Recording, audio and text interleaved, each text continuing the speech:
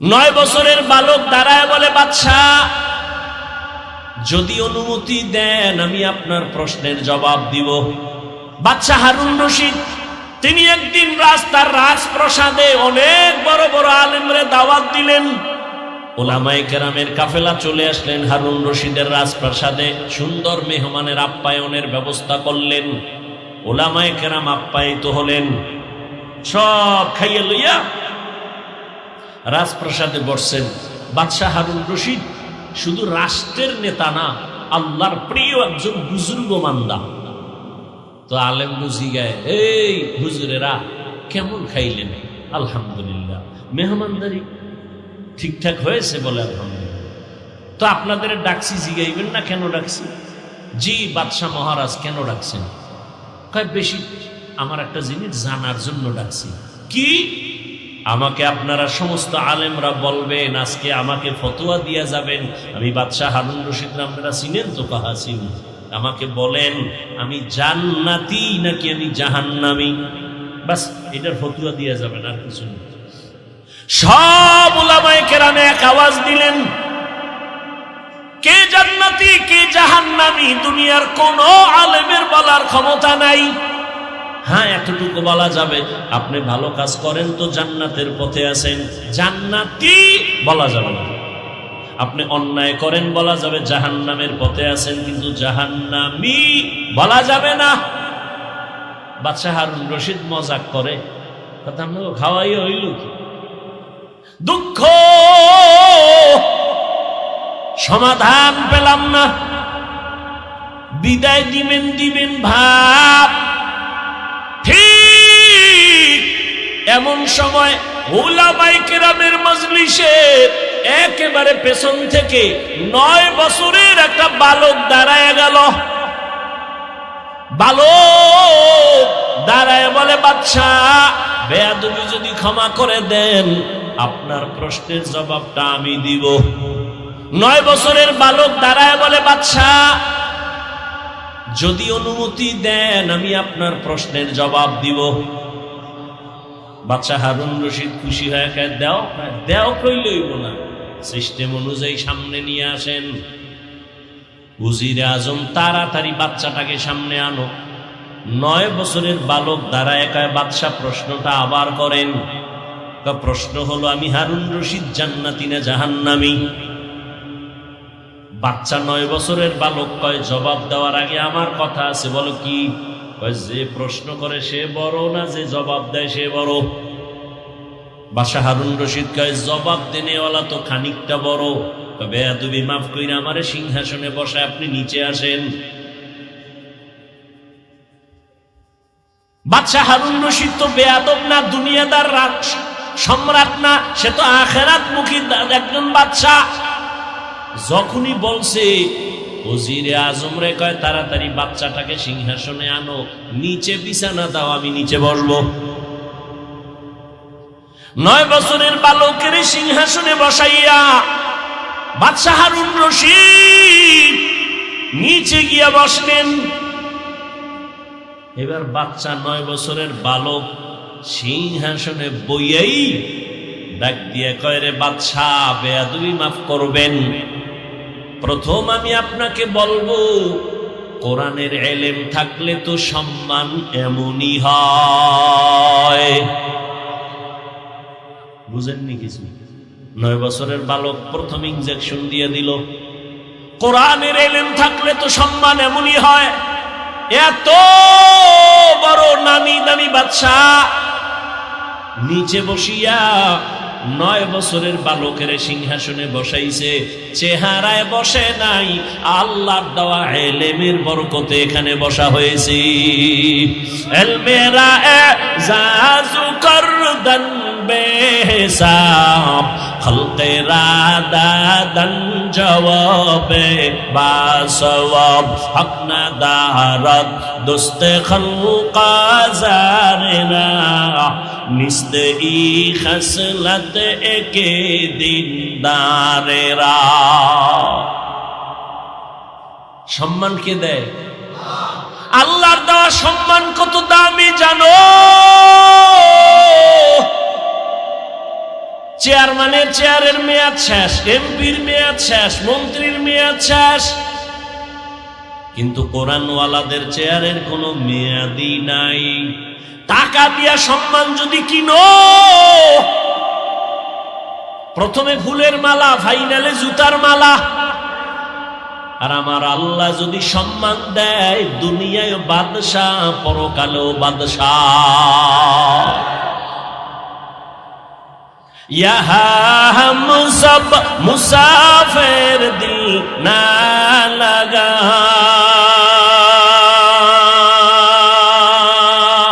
अहले दिल की नजर से रूह करता जा, यहाँ हम सब मुसाफिर दिल ना लगा, अहले दिल की नजर से रूह करता जा, शाह दौलत सब फकीर गर नेक ने है, शाह दौलत सब फकीर गर नेक ने है, जिंदगी में बंदगी तू कर नहीं, जिंदगी में बंदगी तू कर नहीं, जिंदगी में बंदगी शर्मिंदा है, जिंदगी में बंदगी शर्मिंदा है, जिंदगी में बंदगी कुन बंदगी, बंदगी बे जिंदगी शर्मिंदगी। এরে আমার কলিজার যুবক বাবারা, ও বৃদ্ধ বাবাজি, ও পর্দার আড়ালের মা বোনেরা, 9 বছরের বালক সিংহাসনে বসিয়াই ভাষণ দিয়া দিল, এলেমের সম্মান তো এমনই হয়। আল্লাহ এলেমের কারণে আল্লাহ সম্মান দিছে। আমার চেহারা টেকনাফের চেয়ারে বসায় নাই। যত সম্মান আমার আল্লাহর দেওয়া, আর কারো দেওয়া না। সম্মান দিছে কে? আল্লাহ সম্মান দিছেন। এই কারণে হাজারো মানুষ খাওয়ার চিন্তা নাই, ঘুমের চিন্তা নাই, বসার চিন্তা নাই, যে যেখানে আছে ওইভাবেই আছে, কিং কর্তব্য বিমূঢ় হয়ে আছে। কোথায় কোনো খেয়াল নাই, কই বাড়ি, কই গাড়ি, কই টাকা, কই খাওন, কোনো চিন্তাই মাথায় চাপে না, শুধু বয়ান শুনতেছে। এটা বাবার দেওয়া না, আমার আল্লাহ তাআলার দেওয়া। আল্লাহ যাকে সম্মানিত করেন সে দুনিয়ায় বাদশাহ, আখিরাতেও বাদশাহ। এর নবীর আশিক ওই 9 বছরের বালক এবার ডাক দিয়ে কয়, বাদশাহ আপনি প্রশ্নটা আবার করেন। বলে, আমি বাদশাহ হারুন রশিদ, বলো জান্নাতি নাকি জাহান্নামী?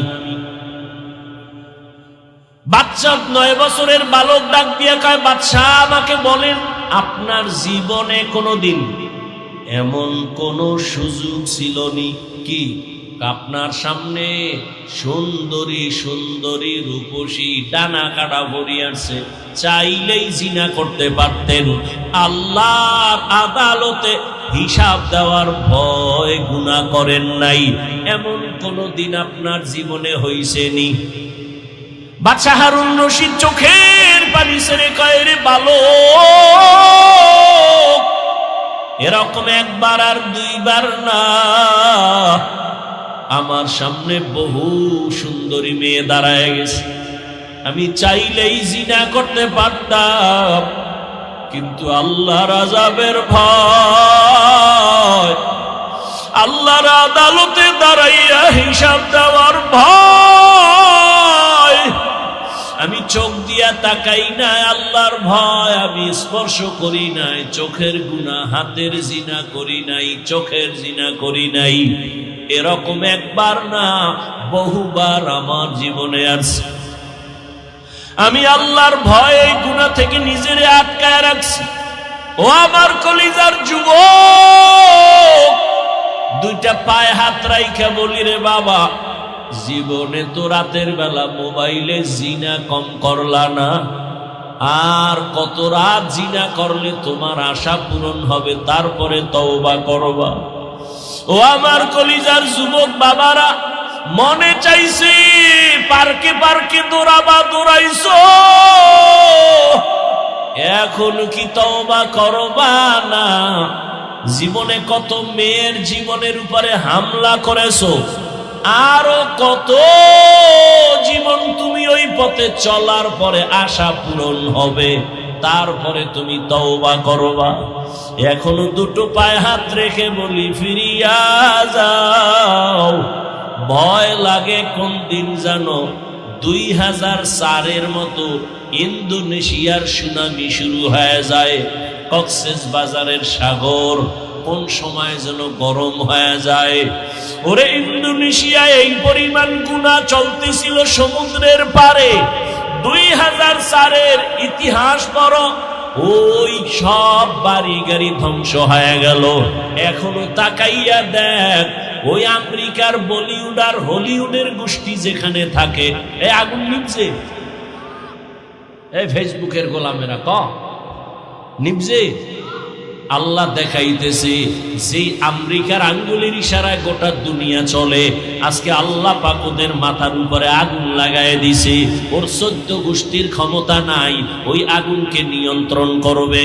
ও আল্লাহর বান্দারা, আমার তো ভয় লাগে, আল্লাহর কসম করে বলি, আমি দিল থেকে বলি, কক্সেস বাজারে যখনই ঢুকি আমার ভয়, আল্লাহ যদি একটু ইশারা দিয়ে দেয় এই সমুদ্র গরম হয়ে যা, ঘুমের মধ্যে দেখবি কক্সবাজার জেলা সুদ্ধা সাগরের তলে চলে যাবে। শরীয়তপুরের নড়িয়া থানার মানুষ ঘুমায় রইছে, ওই নদী আইসা বাড়ি সুদ্ধা পানির তলে, মানুষ ছিল ঘুমের ভেতরে, সব চলে গেল, গ্রামকে গ্রাম পানির নিচে চলে গেল। ও যুবক, ও বিদ্যু বাবাজি, ও পর্দার আড়ালের মা, একটা ঘরের মধ্যে 4টা-5টা রুম, এক রুমে ছেলে ঘুমায়, আর এক রুমে মাইয়া ঘুমায়, আর এক রুমে বাপ মা ঘুমায়, প্রত্যেকটা রুমে রুমে মোবাইলের জেনা চলে। মাইয়াও মোবাইল দিয়া জেনা, সারা রাত কবিরা গুনাহ দেখে, ছেলেটাও তার রুমের মধ্যে কবিরা গুনাহ দেখে মোবাইল দিয়া, ওদিকে তার মা বাবাও মোবাইল চালায়। মনে হয় যেন এত গুনাহ চলতেছে ঘরে ঘরে, ঘুমের মধ্যে ঠাডা পড়বে, ঘুম থেকে উঠা দেখবে তার চেহারাটা বানর হয়ে গেছে। এই গজব কেন আসে না? মুহাম্মদের উম্মত হওয়ার কারণে আসে না। চিনলি না রে বাবা সেই রহমতের নবী আমার? বাদশা হারুন রশিদ কাঁদে আর কয়, বালক, আমি চাইলেই জিনা করতে পারতাম, কিন্তু আমি আল্লাহর আযাবের ভয়, একবার আর দুইবার না বহুবার আমি এই সুযোগ পাইয়াও গুনাহ করি নাই। 9 বছরের বালক ডাক দিয়া কয়, আমি চ্যালেঞ্জ দিয়া গেলাম, আপনি বিনা হিসাবে জান্নাতি। ওলামায়ে কেরাম সব দাঁড়ায় গেল, এই বালক, আমরা সব আলেম ওলামারা এই সিদ্ধান্ত দিতে পারি নাই কে জান্নাতি কে জাহান্নামী। 9 বছরের বালক, তুমি কেমনে বলেছো বাদশা হারুন রশিদ জান্নাতি? 9 বছরের বালক ডাক দিয়া কয়, খাবো, আমি দলিল দিব কোরআন শরীফ থেকে নাও, কোরআনের দলিল নাও। আল্লাহ কোরআনে ওয়াদা করেছেন, ওয়া আম্মা মান খাফা মাকামা রাব্বিহি ওয়া নাহান নাফসা আনিল হাওয়া ফা ইন্নাল জান্নাতা হিয়াল মাওয়া। যারা আল্লাহর আদালতে হিসাবের ভয়ে গুনাহ থেকে নিজেকে বাঁচাইয়া রাখবে, আল্লাহ ওয়াদা করেন নিশ্চয়ই আমি তাকে জান্নাত দিব বিনা হিসাবে। আলেমরা চুপ হয়ে গেল। এবার খুঁজলো যে এই 9 বছরের বালক এই যে কথা বলছে, এখন তার কথায় মনে হয় আমরা এতগুলো আলেম তার সামনে দুর্বল, এই বাচ্চাটা মনে হয় সবল, সাধারণ কোনো বালক না। ইতিহাস নাও ছেলেটাকে খুঁজতে খুঁজতে খুঁজতে খুঁজতে ঠিকানা নিয়ে দেখে এটা সাধারণ কোনো বালক না, ভবিষ্যৎ জমানার ইমাম হবে ইমাম শাফিঈ রাহমাতুল্লাহ আলাইহি। ও আমার পর্দার আড়ালের মা বোনেরা, ও আমার যুবক বাবারা, পাও দুইটা ধরিয়া বলি, আর কত নামাজ ছাইরা মাওলার থেকে দূরে যাইবা? কোন দিন মরণ হবে জানা নাই। ইদানিং কালে যত লাশ দেখি সব যুবক আর সুস্থ মানুষ। গাড়ির নিচে যুবকের লাশ, পানির নিচে যুবকের লাশ, করোনার ভেতরে যুবকের লাশ, ছাত্র জনতার আন্দোলনে যুবকের লাশ, ঘুমের বিছানায় লাশ পড়ে আছে যুবকের। কয়দিন আর বাহাদুরি করবা? আমি আবারও বলছি, তুমি মাদ্রাসায় যাও আমি বলি নাই, পাঁচকল্লি লাগাও বলি নাই, তাবলিগে যাও বলি নাই, কওমি মাদ্রাসায় যাও বলি নাই। আমি বলছি তুমি স্কুলে পড়ো, আলহামদুলিল্লাহ দোয়া করে গেলাম। তুমি কলেজে পড়ো, চাকরি করো, ব্যবসা করো, তুমি ইঞ্জিনিয়ার হও, ব্যবসায়ী হও, চাকরিজীবী হও, ডাক্তার হও, দাবি আমার একটা, বেয়াদব হইবা না। মা বাবারে কষ্ট দিয়া বরদোয়া নিও না, কপাল পড়ে যাবে। শিক্ষকের সাথে বেয়াদবি করে কষ্ট দিয়া বরদোয়া নিও না, জীবন নষ্ট হয়ে যাবে। বহু শিক্ষিত ছেলেদের দেখি রাস্তায় ল্যাংটা ঘুরে পাগল হইয়া ইংলিশে কথা কয়, আরবিতে কথা কয়। পাগল আবার ইংলিশ কয় কেন? ভেবে দেখলাম না, আসলে এটা পাগল হওয়ার আগে ভালো ছাত্র ছিল, বেয়াদবি করার কারণে বরদোয়া লাগছে তো পাগল হয়ে গেছে। এরকম নাই? ও আল্লাহর বান্দারা, এবার একটু চোখ বুলাইয়া দেখো, তোমার মতো যুবক জীবনে মাদ্রাসায় পড়ে নাই, আলিফ বা তাও শিখে নাই, স্কুলে পড়ে, কলেজে পড়ে, চাকরি করে, ব্যবসা করে, তোমার মতো যুবক 5 ওয়াক্ত নামাজ পড়ে নেওয়ালা আসেনি। তোমার পায়ে হাত বিবেকের প্রশ্ন করো, তুমি কেন পারো না? আমি বলে গেলাম, অবশ্যই তোমার কপালে কারো অভিশাপ লাগছে, কারণ তোমার মতো যুবক র্যাব আর্মি পুলিশ বিডিআরের চাকরি করে, নামাজ পড়ে, তুমি কেন পারো না? তোমার মতো যুবক নদীর মধ্যে মাছ ধরে, নামাজ ছাড়ে না, রাস্তায় গাড়ি চালায়, নামাজ ছাড়ে না, বলো তুমি কেন পারো না? অবশ্যই তোমার কপালে অভিশাপ লাগছে, কারো বরদোয়া লাগছে, না হয় এইরকম পোড়া কপাল হইতে পারো না। তোমার মতো যুবক ডাক্তার, প্রফেসর, ইঞ্জিনিয়ার, 5 বেলার নামাজি অভাব নাই, তুমি কেন পারবা না রে বাবা? ও পর্দার আড়ালের আম্মা জানেরা, আপনাদের কারণেই তো সন্তান ভালো হওয়ার আশা করা যায়, কারণ গাছ ভালো হলে ফল ভালো হবে, মা বাবার আদর্শ ভালো হলে সন্তান ভালো হবে। এই দুনিয়ায় যত ভালো সন্তান আছে মায়ের অবদানের কারণে। এরে আম্মা জান, এ কারণেই তো আপনাদের সম্মান। আপনারা নবীদের মায়ের মতো মা, সাহাবায়ে কেরামদের মায়ের মতো মা, আপনারা খাদিজা রাদিয়াল্লাহু আনহার মতো নারী, ফাতিমা রাদিয়াল্লাহু আনহার মতো দামি নারী, আয়েশা রাদিয়াল্লাহু আনহার মতো দামি নারী।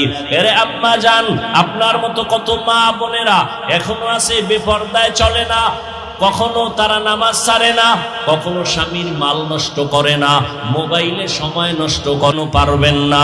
এখনো সময় আছে, তওবা করেন, আর বেপরদায় চলবেন না, নামাজ ছাড়বেন না, স্বামীর মাল খেয়ানত করবেন না, মোবাইলে সময় নষ্ট করবেন না। সন্তানটাকে আদর্শ ডাক্তার বানাবেন, আদোওয়ালা ইঞ্জিনিয়ার বানাবেন, আদোওয়ালা প্রফেসর বানায় যাবেন, আপনার জীবনটাও ধন্য হয়ে যাবে। এখনো সময় আছে তওবা করার। ও আমার বাবাজিরা, যুবক বাবারা, এখনো সময় আছে, তওবা করো। মনে মনে আল্লাহকে বলো, হে আল্লাহ, জীবনে তো কম দাড়ি কাটি নাই, নামাজ কম সারি নাই, বেপরদায় কম চলি নাই, মানুষের ক্ষতি কম করি নাই, আজকে থেকে তওবা করলাম। মরিয়া গেলে যাব, আর নামাজ ছাড়বো না, দাড়ি কাটবো না, বেপরদায় চলবো না, মা বাবার সাথে বেয়াদবি করবো না। শিক্ষকের দোয়া নিয়া, ওলামায়ে কেরামের পরামর্শ নিয়া, নবীজির আদর্শ মেনে জীবন চালাবো। তওবা করার মতো যদি নিয়ত হয়, মুনাফিকি যদি না থাকে, খাঁটি তওবার নিয়ত যাদের আছে, দুটো হাত আমার আল্লাহকে দেখায় দাও। আয় আল্লাহ, হাতগুলো কবুল করে নেন, তওবা কবুল করে নেন, তওবার উপরে মজবুত হইয়া চলার মতো তৌফিক দান করেন, আমিন। জমিন আল্লাহ বানাইলেন, আসমান আল্লাহ সৃষ্টি করলেন, সূর্য আল্লাহর, চাঁদ আল্লাহর, বাতাস আল্লাহর, পানি আল্লাহর দেয়া, মাছ আল্লাহর দেয়া, খাদ্য দিতেছেন আল্লাহ, নিঃশ্বাস ফেলতেছি আল্লাহর, ঘুমের থেকে উঠাইতেছেন আল্লাহ, না উঠাইলে আর ঘুম থেকে উঠাবার সুযোগ নেই, সবকিছু আল্লাহর। সেই জমিনে আইসা আমরা কিভাবে চললে শান্তিতে চলতে পারবো? আল্লাহ তো সে ক্যাটালগ দিছেন, দেন নাই? আল্লাহ ক্যাটালগ দিছেন কোরআন, দুইটা। কয়টা ক্যাটালগ? দুইটা, একটা থিওরিক্যাল ক্যাটালগ আর একটা প্র্যাকটিক্যাল ক্যাটালগ। থিওরিক্যাল ক্যাটালগ কোরআন সুন্নাহ, প্র্যাকটিক্যাল ক্যাটালগ চার দল: নবীগণ, সিদ্দিকগণ, শহীদগণ, সালেহগণ। নবী শেষ, রহমতের নবীর পরে কিয়ামত পর্যন্ত আর নতুন কোন নবী হইয়া আসবেন না। কিয়ামত পর্যন্ত যারা থাকবেন এরা প্র্যাকটিক্যাল ক্যাটালগ। থিওরিক্যাল ক্যাটালগ বুঝো না, কোরআন সুন্নাহ বুঝাবার জন্য পেছনে ডাক্তার লাগাই দিয়েছেন, কোচিং মাস্টার। এরা কোরআন সুন্নাহ ধরে ধরে ধরে ধরে বুঝাবে, এইভাবে নামাজ পড়ো, এইভাবে জিকির করো, এভাবে চললেই তোমার পরিবারে শান্তি, তোমার ঘরে শান্তি, বাহিরে শান্তি, সমাজে শান্তি, দোকানে শান্তি। ঠিক যারা এগুলো মেনে চলতেছে তারা আজ পর্যন্ত তারা শান্তিতে আছে, সম্মানও আছে। যত অশান্তিতে আছে যারা আল্লাহর দেওয়া ক্যাটালগ মানে না, তারা কি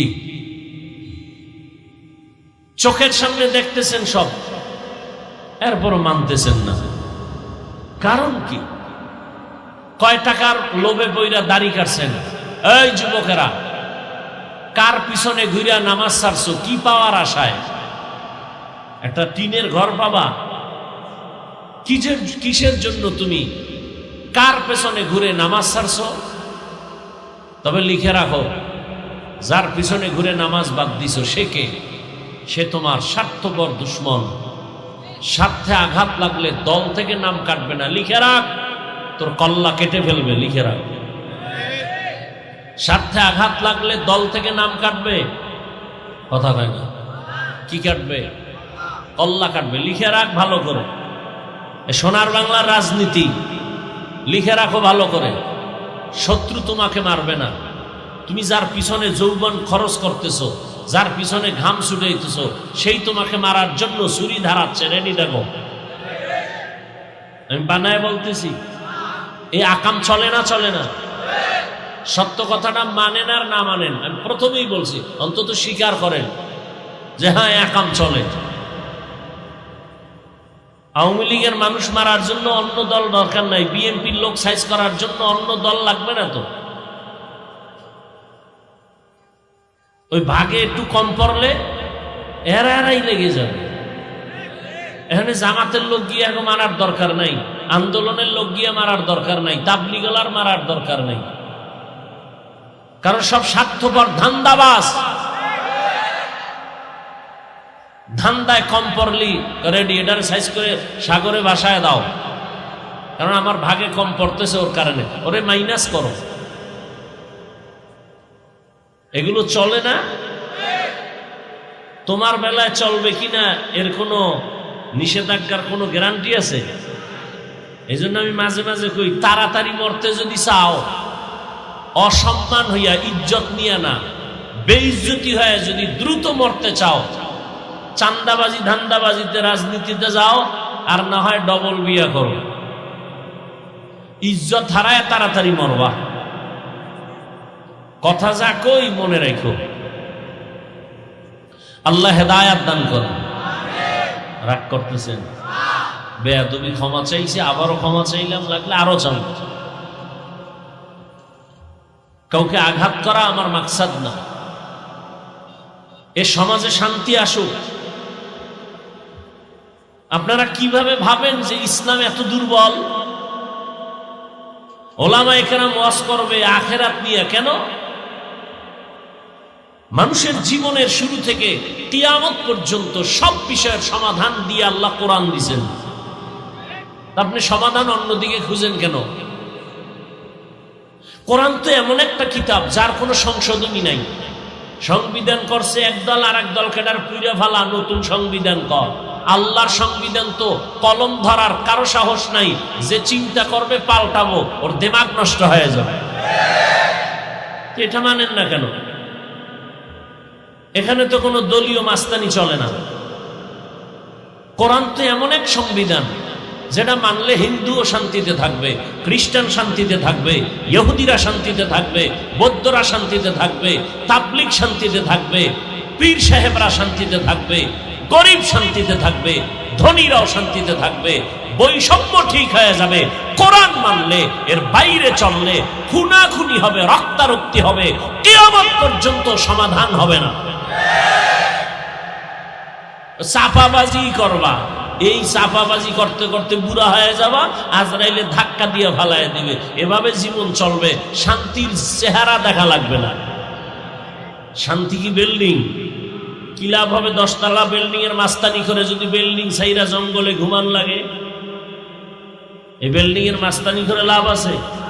সুইস ব্যাংকে টাকা রাইখা মাস্তানি করে লাভ কি যদি 14 গোষ্ঠী খাইতেই না পারে? এর সে টিনের ঘর আলারা ভালো, যেহেনে রাইত হেনে খাই। আলু ভর্তা দিয়ে খাইয়ে ঘুম, ট্যাবলেট লাগে না, খাওয়ারও রুচি কমে না, ঘুম এনেরও টেনশন নেই। 3 প্লেট দেবা, দেখবা বিসমিল্লাহ ছাড়া নাই, রুচির কোনো ঔষধ নাই। কইবে একটা কাঁচা মরিচ দে, দেখবে 3 প্লেট শেষ। কি আর কপাল যাবো পুড়ছে, ওগো খাওয়ানোর অভাব নাই, কিন্তু রেড সিগন্যাল লাগানো। আল্লাহ চোখের সামনে দেখাইতেছেন এগুলো, আমাকে কপাল খারাপ দেখাও বুঝি না, অন্ধ হয়ে গেছে। আল্লাহ হেদায়াত দান করেন। কারে গালি দেন? এটা কোন থানা? হ্যাঁ, টেকনাফের মানুষ। কারে গালি দেন? আপনি আকাম কম করেননি, আপনার মাইয়াটা ঠিক মতো পর্দা করেনি, আপনার ছেলে পর্দা করেনি, আপনি ঠিক মতো নামাজ পড়েননি, আপনি হালাল রিজিক নিয়ে চলেননি, কামাই করেন হারাম, মাইয়া পোলারে খাওয়াইয়া রক্ত নাপাক করে ফেলছেন। আপনি যদি মক্কার ঘরে ঢুইকেও দোয়া করেন, আল্লাহ মাইয়া পোলা যেন আমার কথা শুনে, হারাম খোর মাইয়া পোলা বাপমার খেদমত করবে না, লিখে রাখো। আর তোমার লাভবাইকও কবুল হবে না। এই টেকনাফের মুসলমান, লিখে রাখো, সুদের সাথে যারা জড়িত এদের নামাজ হবে না, রোজা হবে না, তেলাওয়াত হবে না, হজ কবুল হবে না, মোনাজাতও কবুল হবে না। ভালো করে লিখে রাখো। আল্লাহ 2 দল মানুষের সাথে যুদ্ধের ঘোষণা দিয়েছেন। আল্লাহ নিজে যুদ্ধ করবেন। কয় দলের সাথে? কি মনে হয় খুশির কথা? এক দলের কথা আছে কোরআনে, আর এক দলের কথা আছে বুখারী শরীফ। কোরআনের বর্ণিত দল যার সাথে আল্লাহ নিজে যুদ্ধ করবেন, এরা সুদখোর। কি খোর? আর বুখারীতে যাদের কথা আছে আল্লাহ নিজে যুদ্ধ করবেন যাদের সাথে, ওরা ওলিয়া উলিয়ার দুশমন। কি দুশমন বলেন? এই জন্য আমি সারা বাংলাদেশে ঘুরে ঘুরে কসম করে বলি, কসমের কথা আরো গ্রান্টেড। অবিশ্বাস করলে ইমান দুর্বল। আল্লাহর জাতের কসম, যারা বলে ওলিয়া উলিয়া মানি না, এরা কোরআন মানে না, বুখারী মানে না, এরা ভণ্ড। এদের যারা ভণ্ড বলে না, তারাও ভণ্ড। আল্লাহ হেদায়াত দান করুন। অনেক কথাই বলে ফেললাম। আমি যে আয়াত পড়েছি রসুলের একটি হাদিসের অংশ পড়েছি। ইখলাস রুহানিয়াতের সমন্বয় সহি নিয়তে সহি তরিকায় কিছু কথা আমাকে বলার মতো, আপনাদেরকে শুনবার মতো আল্লাহ পাক তৌফিক দান করেন। মোবাইলওয়ালার একটু কি হুজুরে যেই কথা বইলে গেল, লাজ লজ্জা না থাকলে কেমনে? আমার মা কয়, যারে কথায় ধরেন ওরে জারুর বাড়িতেও ধরেন। ওই ১৫০০ বছর আগে নবী বলে গেছেন, লা ইমানা লিমান লা হায়া আলা, যাদের লজ্জা নাই ওদের ইমান নেই। 24টা ঘন্টা মোবাইল নিয়ে মরেন, মাওলায় বেহেশতের বাগানে নিয়ে এসে 1-2 ঘন্টা মোবাইল না চালালে কি ক্ষতি হবে আপনার বলেন তো? পাগল হয়ে গেছে মোবাইল নিয়ে, মানে যাওয়ার একটু রহমত পাইব, ওটার কপালটাও খাইয়ে দিবে। কপাল পুরলে আমি হাফিজুর রহমান কেন, মক্কা মদিনার ইমাম কেন? কপাল যদি পুড়ে যায় রসুলের বয়ানেও কপাল খুলে না। মনে রাখো কথাগুলো যুবক বাবারা, যেই রসুলের চেহারা এক নজর দেখলে 1 সপ্তাহের ক্ষুধা থাকে না, কেমন নবী? যেই রসুলের চেহারার দিকে মায়ার নজরে তাকাইলে জাহান্নামের আগুন হারাম, সেই রসুলকে একবার না 13 বছর দেখছে, বয়ান শুনলো, এরপরও কালেমা পড়ে নেই। এত বড় বেঈমানের নাম আপনাদের জানা আসেনি? বলেন তো কে? আবু জাহাল। এর নাম কপাল, যে রসুলের বয়ান শুনছে, চেহারা দেখছে, এরপরও কালেমা, এর নাম কপাল। অন্যদিকে 27 বছরের যুবক তরবারি নিয়ে যায় নবীজিকে জবাই করবে। কয় বছরের যুবক? নবীজিকে জবাই করার জন্য দৌড়ায়, চেহারা দেখেই তরবারি ফালায়, নবী মাফ করে দেন, কালেমা পড়ায় না। এর নাম কপাল। এর নাম কি? কপাল যদি পুড়িয়া যায় তো রসুলের বয়ানেও কপাল খুলে না, আর কপাল যদি খুলিয়া যায় তো নবীজিকে জবাই করতে এসেও কপাল খুলে যায়। আপনাদের এই প্রোগ্রামের বয়ান প্রচারণা বহু আগের থেকে চলতেছে, অনেকে আসার নিয়ত করে আসতে পারে নাই, আর একদল আসছে ঠিক কপাল খারাপ, বেহেশতের এই প্যান্ডেলের মাঝখানে ঢুকতে পারে নাই, কপাল খারাপ। এরা কোথায়? মহিলা প্যান্ডেল তাওয়াফ করে, আর এই চিল্লাবা না, এখানে চিল্লা চিল্লির কোনো ওয়াজ আমি করি না। হ্যাঁ, চিল্লাবা, চিল্লানোর জায়গা আছে আলাদা, আওয়াজটা জমা রাখো, এটা কামে লাগবে। আওয়াজ বহু দামি জিনিস। মুসলমানের অস্ত্র নাই, বাড়ি নেই, সব ফকির নিয়ে আমরা, এরপর সব অস্ত্রধারী টাকাওয়ালা, সব দুনিয়ার বেঈমানরা আমাদের নিরস্ত্র মুসলমানকে ভয় পায়। কেন? আমাদের আওয়াজের দাম আছে। আমাদের আওয়াজের কি আছে? দাম আছে। আওয়াজ এখানে না, আবার ডাক আসবে, জালেমের বিরুদ্ধে যুদ্ধ করা লাগবে, ওই ডাকে আওয়াজ দিতে হবে। এই জন্য রিজার্ভ রাখো, এখানে ঠান্ডা মাথায় কথা শুনো, শুধু সময় নষ্ট করো না। আল্লাহ, রাস্তাঘাটে ঘুরে, দোকানপাটে ঘুরে, আর তাজা তাজা কবিরা গুনাহ করে নাই? ওয়াজ উপলক্ষে মার্কেট কেন? 2-4 ঘন্টা ওয়াজ শুনবেন, এখানে আবার কিসের মার্কেট? আবার সেই মার্কেটে খেলনার দোকান কেন, বেলুনের দোকান কেন? সেখানে বেপর্দা নারী ঢুকবে কেন, পুরুষ ঢুকবে কেন? এই নগদ তাজা কবিরা গুনার দায়ভার কে নিবে? এখানে না, সারা বাংলাদেশের হালাতেই, সব জায়গায় ওয়াজ এখন ফ্যাশন হয়ে গেছে। আমাদের বক্তাদের ওয়াজ করা পেশা, শ্রোতাদের বয়ান শোনা নেশা। এই যে এত লোক রাস্তায় ঘুরবে আর পারবে, ও অনেক লোক, লাভ কি যদি ফজরে মসজিদ খালি থাকে? যে এত লোক এখানে, অধিকাংশ ফজর পড়ে নাই, জহুর পড়ে নাই, আসর পড়ে নাই, মাগরিব পড়ে নাই, এশাও পড়ে নাই। এরকম আশিক রাসূল এখানে কেউ নাই? কত বড় বেয়াদব, এরপরও কয় নামাজ না পড়লে কি হবে, দিল পরিষ্কার। এরকম বেয়াদব আছে। আল্লাহ হেদায়েত দান করুন। ওয়া আম্মা মান খাফা মাকাম রাব্বিহি ওয়া নাহান নাফসা আনিল হাওয়া ফাইন্নাল জান্নাতা হিয়াল মাওয়া। আল্লাহ তাআলা বলেন, হাসরের ময়দানে আমি আল্লাহর আদালতে দাঁড়াইয়া হিসাব দেওয়ার ভয়ে যারা দুনিয়াতে নিজেকে গুনাহ থেকে বাঁচায় রাখবেন, আমি আল্লাহ ওয়াদা করলাম তাকে বিনা হিসাবে জান্নাত দিয়ে দিব। রহমতের নবী বলেন, ইত্তাকিল মাহারিম তাকুন আবাদান নাস।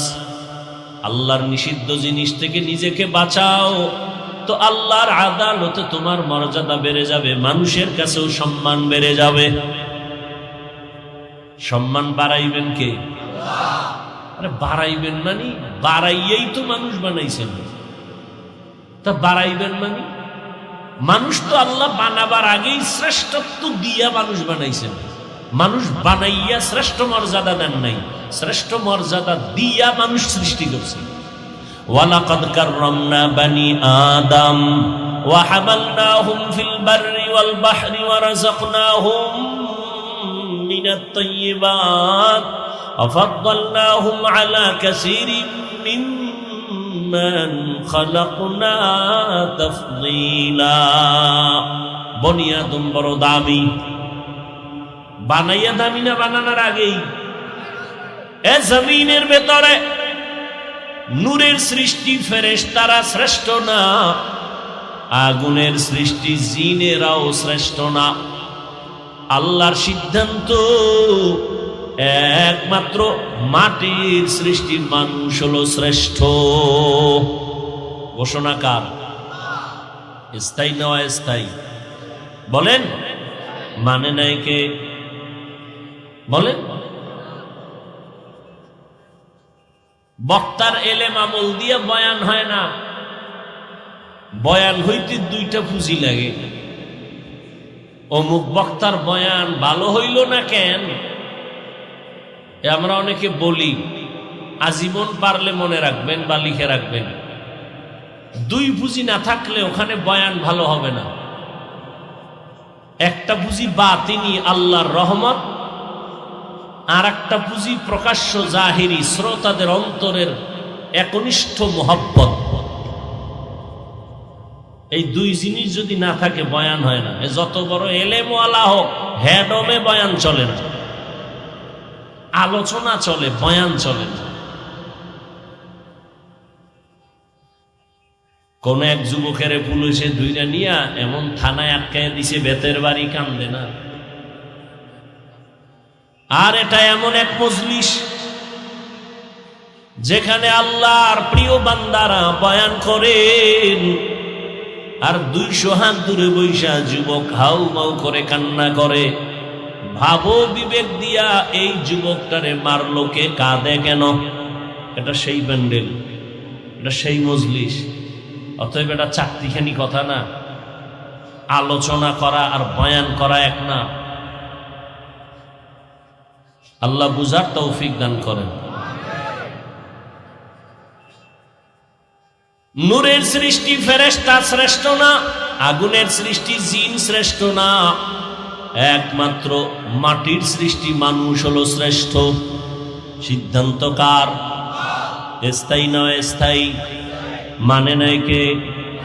ইবলিস মানে নাই। কেন? গায়ের জোরে কয় না, যুক্তির ব্যানারে মানে নাই। আল্লাহ বলেন, আমি মানুষকে সৃষ্টির শ্রেষ্ঠ মর্যাদা দিয়া বানাইছি। মানুষ এত দামি, জমিনের মধ্যে চলার মতো আমি রাস্তা করে দিয়েছি, পানির মধ্যে চলার মতো উত্তম ব্যবস্থা করে দিয়েছি। সেই লোহা পানির মধ্যে ছেড়ে দিলে নিচে যায়, ডুবে যায়। মানুষের মেধা খাটাইয়া ওই মানুষ ওই লোহা দিয়া স্টিমার বানাইয়া সমুদ্রের ভেতরে চলে, এক দেশ থেকে ভিন্ন দেশে যায়। আমি আল্লাহ এই মানুষের জন্য উত্তম খানার আয়োজন করেছি। গর্তের পিপিলিকার খানাও আমি দেই, উড়ন্ত পাখির পেটের খানাটাও আমি দেই। সমুদ্রের ভেতরে হাজারো কোটি কোটি কোটি ধরনের মাছ, এগুলোর খানাও আমি আল্লাহ দেই। জঙ্গলের প্রাণী আছে হাজার হাজারের খানাও আমি দেই। মানুষের খানাও আমি দেই। তবে মানুষের খানার মতো সুস্বাদু, মজাদার, পিওর, হালাল খানা জমিনে আর কাউকে দেওয়া হয় না। মানুষ ভাত খাবা, চাল কাবারে দিয়ে দিছি যাতে ক্ষতি না হয়। রুটি খাবা, গমটা কাবারে ঢুকায় দিছি যাতে তোমার ক্ষতি না হয়। তুমি তুমি তরমুজ খাবা, কাবারে ঢুকাইয়া দিছি। তুমি আপেল খাবা, কাবার করা। আমি আল্লাহ পাক গোশত খাবা, তাও কাবার দিয়ে দিছি, পশমের কাবার। সব খানা কাবার দিলাম। মাছগুলো খাইবা, সেখানেও কাবার লাগাইয়া দিছি। কাবার ফালাইয়া এরপরে প্রসেসিং করে সুন্দর করে রান্না করো। আমি তোমাদের জন্য যে খানা দিলাম, এই সুন্দর খানায় কোনো ভেজাল নাই। যদি কোনো ভেজাল থেকে থাকে, বেঈমান মানুষ ভেজাল ঢুকাইছে, আমি আল্লাহ কোনো খানায় ভেজাল ঢুকাই নাই। নিমো খারাপ মানুষ। এজন্য আমি এক বয়ানে সেদিন বলেছি, পশুর এত ক্ষতি করে না, মানুষ হইয়া মানুষের যেই পরিমাণ ক্ষতি করে। একটা পশু, একটা কুত্তা তার বাচ্চার ক্ষতি করে না, একটা বিলাই তার জাতি বিলাইয়ের ক্ষতি করে না, একটা শিয়াল তার জাতি ভাই শিয়ালের ক্ষতি করে না, নদীর মধ্যে মাছের ক্ষতি করে না। মানুষ এত বড় নিমো খারাপ, মানুষ হইয়া মানুষের 24টা ঘন্টাই খালি ক্ষতির কল্পনা। ওরে মারা যায় কেমনে, ওর দোকানের লস কেমনে হবে, ওরে কেমনে সমাজে লজ্জা দেওয়া যায়, ঠিক নেই? 24 ঘন্টা খালি আকামেরই চিন্তা ভাবনা নিয়া, ঘুমের মধ্যে আকামের চিন্তা, ঘুম থেকে উঠাও ক্ষতির চিন্তা। কেমন মানুষ হইলা? ক্বালা রাসূলুল্লাহ সাল্লাল্লাহু আলাইহি ওয়া আলিহি ওয়াসাল্লাম, খায়রুন নাস মান ইয়ানফাউন নাস। আল্লাহর নবী বলেন, দুনিয়াতে সবথেকে ভালো মানুষ ওই ব্যক্তি যার দ্বারা অন্যের উপকার হয়, ক্ষতি হয় না। এরে আমার কলিজার যুবক বাবারা, দুনিয়াতে আসার থেকে কি উপকার করেছো? তোমার ব্যবহারে মা কষ্ট পাইয়া বসে আছে। তোমার আচরণ এত খারাপ, চরিত্র এত খারাপ, তোমার আচরণে মাও বেজার, বাবা বেজার, শিক্ষক বেজার, আলেম ওলামা বেজার, মুরব্বীরাও বেজার, বন্ধুরাও বেজার। মনে মনে চাই তুই এখন যদি মইরা যাও সবাই খুশি। মাও বলবে একটা চরিত্রহীন মরে গেছে, আমি বিপদ থেকে বেঁচে গেলাম। মনে মনে বলবে, যদি উপরে কাঁদবে সন্তানের মায়া, কিন্তু মনে মনে খুশি একটা বেয়াদব মরে গেল, কারণ এর চরিত্রর কারণে মানুষের কাছে আমি মা লজ্জা পাই। কি অর্জন করলা জীবনে? যেই ভাবসাব দেখাও মনে হয় বড় বুজুর্গ, অথচ সবার বরদোয়ার চাদরে আটকানো আছে। ভয় লাগে কোন সময় চাকার তলে মাথা ঢুকে যায়, কখন ঘুমের মধ্যে আজরাইল এসে যায়। আল্লাহ হেদায়েতের দৌলত দান করেন। তো মানুষ বড় দামি। এই মানুষ যদি আবার নিজেকে হালাল পন্থায় চালাও, তো মর্যাদা বেড়ে যাবে। মর্যাদা বাড়ার মানে কি? মর্যাদা বাড়ার এক ব্যাখ্যা হলো, সমস্ত মাখলুকতের মধ্যে মানুষ দামি, আবার এই মানুষের মধ্যে যারা ঈমানওয়ালা তারা আরো দামি। ঈমানওয়ালারা সবাই দামি এক লেভেলে কয় না, ঈমানওয়ালাদের ভেতরে যারা আমলওয়ালা তারা আরো দামি, আবার আমলওয়ালাদের ভেতরে যারা তাকওয়াওয়ালা তারা আরো দামি। ইন্না আকরামাকুম ইনদাল্লাহি আতকাকুম। আল্লাহ বলেন যার মধ্যে তাকওয়া সে সবথেকে দামি। এই হলো এক লাইনের মর্যাদা। এবার ধরে নেন সবার মধ্যে তাকওয়া, রিয়া নাই, সব লেভেল তাকওয়ার মজবুতি। এদের মধ্যেও কি কম বেশি আছে? হ্যাঁ আছে। কেমন? নিজেরে যখন পুরা বিনয়ী হইয়া আল্লাহর দিকে যত আগাবে তার মর্যাদা বাড়বে। কেমন বাড়বে? বাড়ার মধ্যে কয় এখন তো তোমারে ভালোবাসে কয়জনে, তুমি তো এটা মাপতে পারো। ফেসবুকের ফলোয়ার কতজন? এতশো। তাহলে এই কয় লোক আমার। এখন তোমাকে 500 লোক ভালো জানে। যদি আল্লাহর জন্য তৈরি হয়ে যাও, তোমাকে কোটি মানুষ ভালো জানবে। আরো যদি মজবুত হও তাকওয়ার উপরে, তোমাকে 18 কোটি সবাই ভালো জানবে। এখন তোমাকে মুমিনেরা ভালো জানে, এরপরে আল্লাহ সম্মান বাড়াইলে বেঈমানেরাও ভালো জানবে। যদি আরো মজবুত হও, এখন শুধু মানুষ ভালো জানে, এক পর্যায়ে জঙ্গলের প্রাণীরাও তোমাকে ভালো জানবে, মহব্বত করবে। তোমার কথায় এখন মানুষ উঠে আর বসে। মর্যাদা আল্লাহ বাড়াইলে তোমার কথায় জঙ্গলের বাঘ উঠবে আর বসবে। নদীর মাছ উঠবে আর বসবে, ইতিহাস আছে তো। তুমি অন্ধ, তুমি বধির, তুমি জানো না, তো তোমারে বুঝাবো কেমনে? এক অন্ধ শুকায় যাইতেছে, একজনে কয় গাভীর দুধ খা, শরীর মোটা তাজা হবে। অন্ধ কয় আমি তো দুধ চিনি না, দুধ কেমন? কয় সাদা। কয় সাদা কেমন? কয় একটা প্রাণী আছে বক, বক আছে না, বকের মতো। কয় বকটা কেমন? কয় ধান কাটা কাশির মতো বাঁকা। কাশি কেমন? এবার হাত ধরে দেখাইছে, এই বাঁকা। অন্ধ লোকটা হাত দিয়ে ধরে দেখে এত বড় বাঁকা, এই দুধ আমি না খায় মরতে রাজি, তবে এই দুধ আমি খাবো না। দরকার নাই ভাই, আমারে দরকার নাই। তুমি অন্ধ, তুমি বধির, তোমাকে বুঝাবো কিভাবে যে এটাই শান্তির পথ? যদি বুঝদা, এই যে এখানে আমরা সবাই বসছি, আমি টুপিওয়ালা হই আর যাই, আমার পরিচয় তো আসল, আমরা মুসলমান। আপনার আমার আল্লাহ দুইজন না এক? আপনার আমার নবী, আপনার কোরআন আমার কোরআন, আপনাদের কাবা আমার কাবা, আপনাদের ধর্ম আমার ধর্ম, আপনাদের কালেমা আমার কালেমা। দুনিয়াতে আসছি সিস্টেম এক, বিদায় বেলা কাফনের সংখ্যা 3টা, তাও এক, মহিলাদের 5টা এক, কালার হবে আলাদা। কি হবে? কি কালার? কালার নিয়েও কিলেখিলি চলে, চলে না? কে সাদা, কে কালো, কে সবুজ, এ নিয়েও কিলেখিলি। কাফনের কালারও এক, কবরের সাইজও এক, কবরের মধ্যে প্রশ্ন 3টা, তাও এক। কে ধনী, কে গরিব, কে আলেম, কে আলেম না, সবার বেলায় প্রশ্ন এক, কাফন এক, কালার এক, কবরের সাইজ এক, আল্লাহ এক, নবী এক, কোরআন এক, কাবা এক, ধর্ম এক, কালেমা এক। কি তাহলে আপনাদের বয়ান করবো কেন? বয়ান তো করবো হিন্দুদেরকে, যারা আল্লাহ চিনে না, কোরআন চিনে না, ইসলাম বুঝে না। বয়ান তো খ্রিস্টানদের করব, আপনাদের কেন বয়ান করব? আপনারা তো কোরআন বুঝেন, ইসলাম বুঝেন, আল্লাহ চিনেন, নবী চিনেন, কারণ কি? অথচ ওদেরকে বয়ান করার টাইম কই? 12 মাস আপনাদের পেছনে ঘুরতে ঘুরতে ঘুরতে ঘুরতে অল্প বয়সে অসুস্থ। শুধু কি আমি একা? হাজার হাজার আলেম আপনাদের পেছনে সময় দেয়।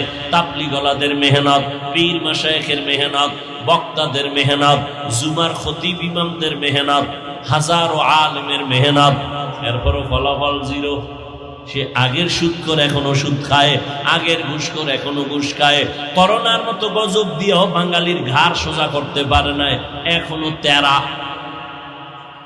এখনো আলেমের গালি দেয়। এরকম বেয়াদব নাই? বড় দুঃখ। বয়ান করব বিধর্মী কি আপনাকে কেন বয়ান? অথচ আপনাকে এত বয়ানের পরেও বুঝলাম না কি হলো। আমি মুসলমান, টুপি খুলতে চাই না, আর আপনি কেমন ভিআইপি মুসলমান যে টুপি দিতেই চান না। আমি দাড়ি কাটলে লজ্জা পাই, আপনি কেমন ভিআইপি মুসলমান যে দাড়ি রাখতে লজ্জা পান। আমি নামাজ না পড়লে লজ্জা পাই, আর আপনি কেমন মুসলমান যে নামাজ পড়তে গেলে লজ্জা পান। আপনি কেমন মুসলমান বুঝি না। কে আপনারা ভুলে আছেন না আমরা ভুলে আছি? ও আমার যুবক বাবারা, যদি বলো হাফিজ ভাই তোমরা ভুলে আসো আমরা ঠিক, তাহলে কোরআন হাদিস থেকে দলিল দেখায়া দাও বাস্তবে। আমি এখন দাড়ি কেটে ফেলবো, নামাজ বাদ দিয়া তোমার লাইনে প্যান্ট শার্ট টাই লাগায় নাচ গান শুরু করবো। আর যদি বলো না না আপনারা উলামায়ে কেরাম সঠিক লাইনে আছেন, আমরা শয়তানের ধোকায় পড়ে ভুলে আছি, তাহলে আমি বিনয়ের সাথে বলবো পা দুটো আগায় দাও। আমি পায়ে হাত রেখে বলবো আর দাড়ি কেটে আমার নবীরে কষ্ট দিও না, নামাজ সারিয়ে আমার আল্লাহকে কষ্ট দিও না রে বাবা। আমি যে তোমাদের সামনে কথা বলতেছি, ও আমার কলিজার যুবক, একবারও কিন্তু বলি নাই হুজুর হও, আমার মতো পাঁচকল্লি লাগাও। আমি কওমি মাদ্রাসার সন্তান, তুমিও কওমি মাদ্রাসায় যাও। আমি তাবলীগের লাইনের সন্তান, তুমি তাবলীগে যাও, আমি পীরের মুরিদ, তুমিও পীরের কাছে যাও, না হয় জাহান্নামে যাইবা। একবারও বলি নাই, বলবো না, ভয় নাই। তবে আমি কি বলবো শুনো, আল্লাহর আদালতে দাঁড়াইয়া হিসাব দেওয়ার ভয় অন্তরে জমা করে নিজেকে আদর্শওয়ালা বানাও। স্কুলে পড়ো, কলেজে পড়ো, চাকরি করো, ব্যবসা করো, কোনো বাধা নাই। ডাক্তার হও, ইঞ্জিনিয়ার হও, প্রফেসর হও, সাংবাদিক হও, উকিল হও, ওসি ডিসিএসপি হও, এমপি মন্ত্রী হও। তবে আমার জীবনের বড় দাবি যুবক বাবাদের কাছে, জীবনে বেয়াদব হইবা না। ডাক্তার হও, বেয়াদব হইও না। ইঞ্জিনিয়ার হও, বেয়াদব হইও না। বলতে পারো হাফিজ ভাই বেয়াদব হব না, তার ব্যাখ্যা কি? বলে 3 জায়গায় বেয়াদবি করবা না। জীবনে যদি গলায় ছুরিও লাগে, 3 জায়গায় বেয়াদবি যেন না হয়। যদি হয় তো মরার আগে বিছানায় পড়ে যাবি।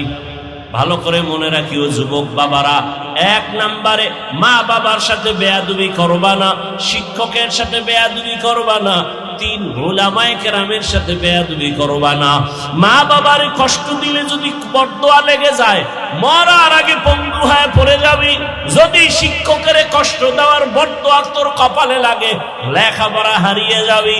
আলেমের সাথে বেয়াদবি করে যদি কষ্ট দাও, বদদোয়া কপালে লেগে গেলে চরিত্র আর জীবনে ভালো করতে পারবা না। অতএব তুমি যত বড় ইঞ্জিনিয়ার হও না কেন, চরিত্র যদি ঠিক না থাকে, সব জায়গায় তাসলিমার মতো জুতার বাড়ি খাবি।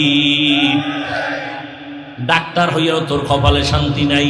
আর যদি সবার দোয়া নিয়ে চলো, তাহলে ডাক্তার হলে শুধু টেকনাফ না, পুরা বাংলাদেশের মধ্যে সম্মান বেড়ে যাবে। সবাই মাথায় নিয়ে সম্মান করবে। আল্লাহ পারে না? পারে না? সেজন্য তোমার চরিত্র ঠিক রাখতে হবে, নিজেকে সুস্থ রাখতে হবে।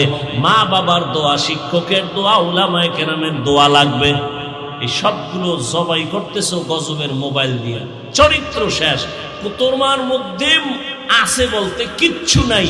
মোবাইল তোমাকে ধ্বংস করে ফেলেছে, তোমার খবর নেই। আছে শুধু রুহু, রুহুটা আজরাইল নিয়ে গেলে তুমিও নেই। কোরআন শরীফ মাথায় লইয়া কইল এ জাতি মানতে চাইবে না, কপাল পুড়ছে না। ওর মা ছাড়তে রাজি, মোবাইল ছাড়বে না। বাপ ছাড়তে রাজি, মোবাইল ছাড়বে না। খানা ছাড়বে, মোবাইল ছাড়বে না। ওর কপালে এমন পড়া পুড়ছে। সারা রাত দরওয়াজা জানালা বন্ধ করে মোবাইলটা সামনে নিয়ে সারা রাত চোখের জিনা, কানের জিনা, জবানের জিনা, অন্তরের জিনা।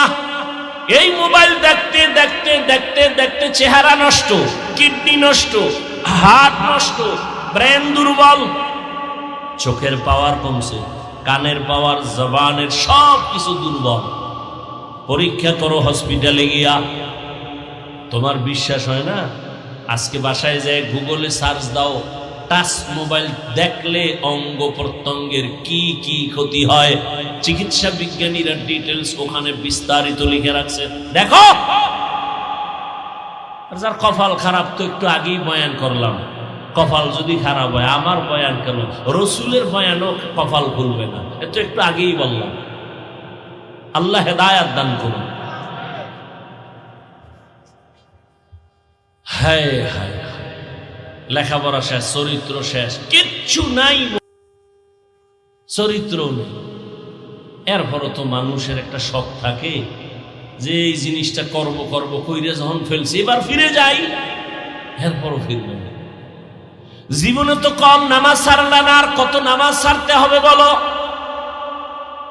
আর কতবার নামাজ ছাড়লে তোমার আশা পূরণ হবে? তারপরে তওবা করবা। বয়ান চলতেছে, এত বয়ান, এত বয়ান, এত বয়ান। না খাইয়ে মানুষ বয়ান শুনে, মাটির মধ্যে বয়া রয়েছে, বালুর মধ্যে বয়ান শুনে, জানে বয়ানের পরে খাওন নাই, কিছু নেই, এরপরও কষ্ট করে শুনে। মানে না কেন? মানে না কেন? জানে মিথ্যা কথা বলা হারাম, চুরি করা হারাম, ডাকাতি হারাম, নাচ দেখা হারাম, গান শোনা হারাম, অন্যের ক্ষতি করা হারাম, মা বাবার হক নষ্ট করা হারাম, ভাইয়ের হক নষ্ট করা হারাম, বোনের হক নষ্ট করা হারাম, প্রতিবেশীর হক নষ্ট করা হারাম, সব জানে। মানে না কেন? আল্লাহর আদালতে দাঁড়াইয়া হিসাব দেওয়ার ভয় নাই। এই একটাই সমস্যা। একটা সন্তান যখন মা বাবাকে ভয় করে, মা বাবার সামনে অন্যায় করে না, মাইরের ভয়। একটা ছাত্র যখন শিক্ষকের ভয় করে, শাস্তির ভয়, অন্যায় করে না। ঠিক আল্লাহর কোন বান্দা যদি আসলেই আল্লাহকে ভয় করে, ওই বান্দা গলায় ছুরি লাগাবে, দাড়ির মধ্যে অস্ত্র লাগাবে না।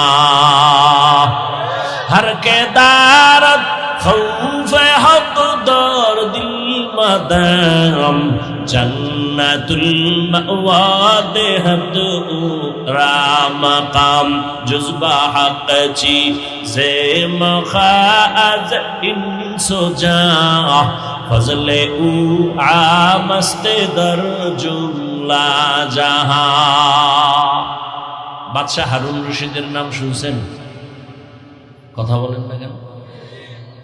তার স্ত্রীর নাম কি? খবর নেই, দুনিয়ার সব জানে। বাদশাহ হারুন রশিদ একদিকে বড় বুজুর্গ, অন্যদিকে রাষ্ট্রের পরিচালক, রাষ্ট্রের ইমাম, মসজিদের ইমাম। নেতা তো এমনই হওয়া উচিত, রাষ্ট্রের ইমামতি করবে, নামাজের ইমামতি করবে। কি আমগর নেতা খাতা এরম নেই। এগো রাষ্ট্রবাদ দিয়ে ইমামতিতে দিলে দেখবেন সেজদার থেকে নাই। কি আল্লাহ হেদায়াত দান করুন। বাদশাহ হারুন রশিদের স্ত্রী জুবায়েদা খাতুন কোরআনের হাফেজা, 100 নারী তার কাজের মহিলা। এই 100 কাজের মহিলা সবাই কোরআনের হাফেজা। জুবায়েদা খাতুন নিয়ত করে ফেলল, ও পর্দার আড়ালের আম্মা জানেরা, জুবায়েদা খাতুন এত টাকাওয়ালা, সব পিছে ফেলে আমার আল্লাহকে ভুলেন নাই। আল্লাহর মুহাব্বত তার মূল চাবি। জুবায়েদা খাতুন সিদ্ধান্ত নিল, আমার পুরা বাড়ির মধ্যে 24 ঘন্টা যেন কোরআনের তেলাওয়াতের আওয়াজ হয়। তো 100 মহিলা কোরআনে হাফেজা ভাগ করে দিল, তুমি আধা ঘন্টা কোরআন পড়ো, এরপরে কাজে নামো। তুমি 20 মিনিট কোরআন পড়ো, তারপরে কাজে নামবা। এরপরে আর এক মহিলা, তুমি 20 মিনিট কোরআন পড়ো, তারপরে কাজে নামো। এমন ভাবে শিডিউল করে দিছে, 24টা ঘন্টা জুবায়েদা খাতুনের বাড়ি শুধু তেলাওয়াতের আওয়াজ। আমাদের আম্মাজানরা কি পরিমাণ করে, আপনারা কি পরিমাণ করেন? আমরাই করি না। সারাটা বছর একটা খতম দিতে পারি না, কপাল কত খারাপ। অনেক কপাল পোড়ার ঘরে কোরআন শরীফ আছে, বছর বছর হয়ে গেল, জীবনে কইলাও দেখে নাই ভেতরটা কেমন। ওদিকে আর এক দল আল্লাহর বান্দারা কাটা খায় লবণের ছিটা দিয়া কয়, কোরআনের অর্থ না যাই না পড়লে লাভ নাই। এমনি তো নাচনেওয়ালা বুড়ি, আরো যদি পায় ঢোলের বাড়ি। এমনি কোরআন পড়ে না, এখন সুযোগ আর একটা পাইছে, অর্থ না যাই না পড়লে লাভ নাই, ঘর থেকে কোরআন নামা, তাড়াতাড়ি দূরে সরা, এটি পারি না, বরদোয়া নিয়ে লাভ নাই, নামা ঘর থেকে। কি উপকারটা করছে। এই জন্য বললাম, ও টেকনাফের মুসলমান, ইসলামের ক্ষতি ইহুদি, খ্রিস্টান, হিন্দু, বৌদ্ধ কি করেছে? ইসলামের ক্ষতি আমার দেশে ইসলামওয়ালারা বেশি করেছে। প্রত্যেকটা পদে পদে ইসলামের ক্ষতি হিন্দু করেনি, ইহুদি করেনি, খ্রিস্টান করেনি, বৌদ্ধরা করেনি, নামদারি মুসলমান মুনাফেকেরা করেছে, এখনো করতেছে। আমি আপনাদের পাও ধরে ধরে ধরে ধরে বুঝায় বুঝায় বয়ান করি, বেশি বেশি আমল করবেন। আর একদল আল্লাহর বান্দারা কয় বেশি আমল লাগে না। কই যাবেন আপনারা? কোন তো আমি আপনাদের পায়ে ধরে বলি আমল করেন। দুনিয়াতে যারা লাভবান হয়েছে, শুধু মূল ডিউটি করে লাভবান হয় নাই, সবাই ওভার ডিউটি করে লাভবান হয়েছে। কি ডিউটি? Over duty. ঠিক আখিরাতের লাইনে যারা দামি হবে, মূল ডিউটি করে দামি হবে না, ওভার ডিউটি করার কারণে দামি হয়ে যাবে। 5 বেলার নামাজ পড়া মূল ডিউটি ফরজ, ইশরাক, আওয়াবিন, চাষ, তাহাজ্জুদের নামাজ ওভার ডিউটি নফল। ফরজি পড়ে না, নফল দিয়ে কি করবে? শুনে রাখেন, বলে গেলাম। আপনারা না বেশি বেশি হাদিস কন, আমি হাদিস বলে যাই, লিখে রাখেন। কিয়ামতের ময়দানে ফরজ আমলের ত্রুটি পূরণ হবে নফলের আমল দিয়ে। আপনি নফলই নাই তো কেমনে পূরণ করবেন ফরজের ঘাটতি? কোন ধান্দায় পড়ে আছেন আল্লাহই ভালো জানেন। রাসূলের স্পষ্ট হাদিস, দুনিয়াতে ফরজ আমল যা করি ত্রুটি যুক্ত, এগুলোর ঘাটতি পূরণ করতে লাগবে নফল আমল। নফলের খবর নেই। আল্লাহ হেদায়েত দান করুন। আপনি বলেন আমল লাগে না, আর আমি চ্যালেঞ্জ দিয়ে বয়ান করি সারা দেশে, আল্লাহ মানুষ বানাইছে নই আমল করার জন্য।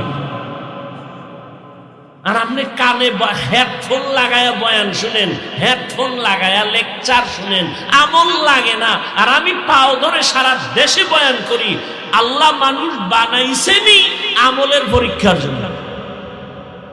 শুনেন আয়াত, আল্লাযী খালাকাল মাউতা ওয়াল হায়াতা লিয়াবলুয়াকুম আইয়ুকুম আহসানু আমালা। আল্লাহ মানুষ বানাবার একমাত্র কারণ, আল্লাহ পাক পরীক্ষা করে যাচাই করে দেখবে কারা উত্তম আমল করে। ফরজ আমলের ত্রুটিগুলো মুক্ত হবে নফল আমলের দ্বারা। রহমতের নবী আমার সারা রাত, আজকেও গাড়িতে বৈশা বৈশা রাসূলের হাদিস দেখলাম, তাহাজ্জুদের ফজিলতের হাদিস দেখলাম। রহমতের নবীর ফরজ নামাজের থেকে সব থেকে লাগাতার একটা আমল ছিল তাহাজ্জুদের আমল। এটা দেখতে দেখতে পাইলাম, যদি নবী কোনো অসুস্থতার কারণে রাত্রে তাহাজ্জুদ পড়তে পারতেন না, জোহরের নামাজের আগে তাহাজ্জুদ পড়ে ফেলতেন, তাহাজ্জুদের কাজা করে ফেলতেন। আর আপনার কে ধান্দায় ফালায় খায় আমল লাগে না? আল্লাহ হেদায়েত দান করুন। এত ফিতনা ধর্ম নিয়া, ইসলাম নিয়া এই বাংলাদেশে যা ভাষা নাই বলা। নিজের কপালও পুড়ছে, অন্যের কপাল পরাবার ফিকিরে নামছে।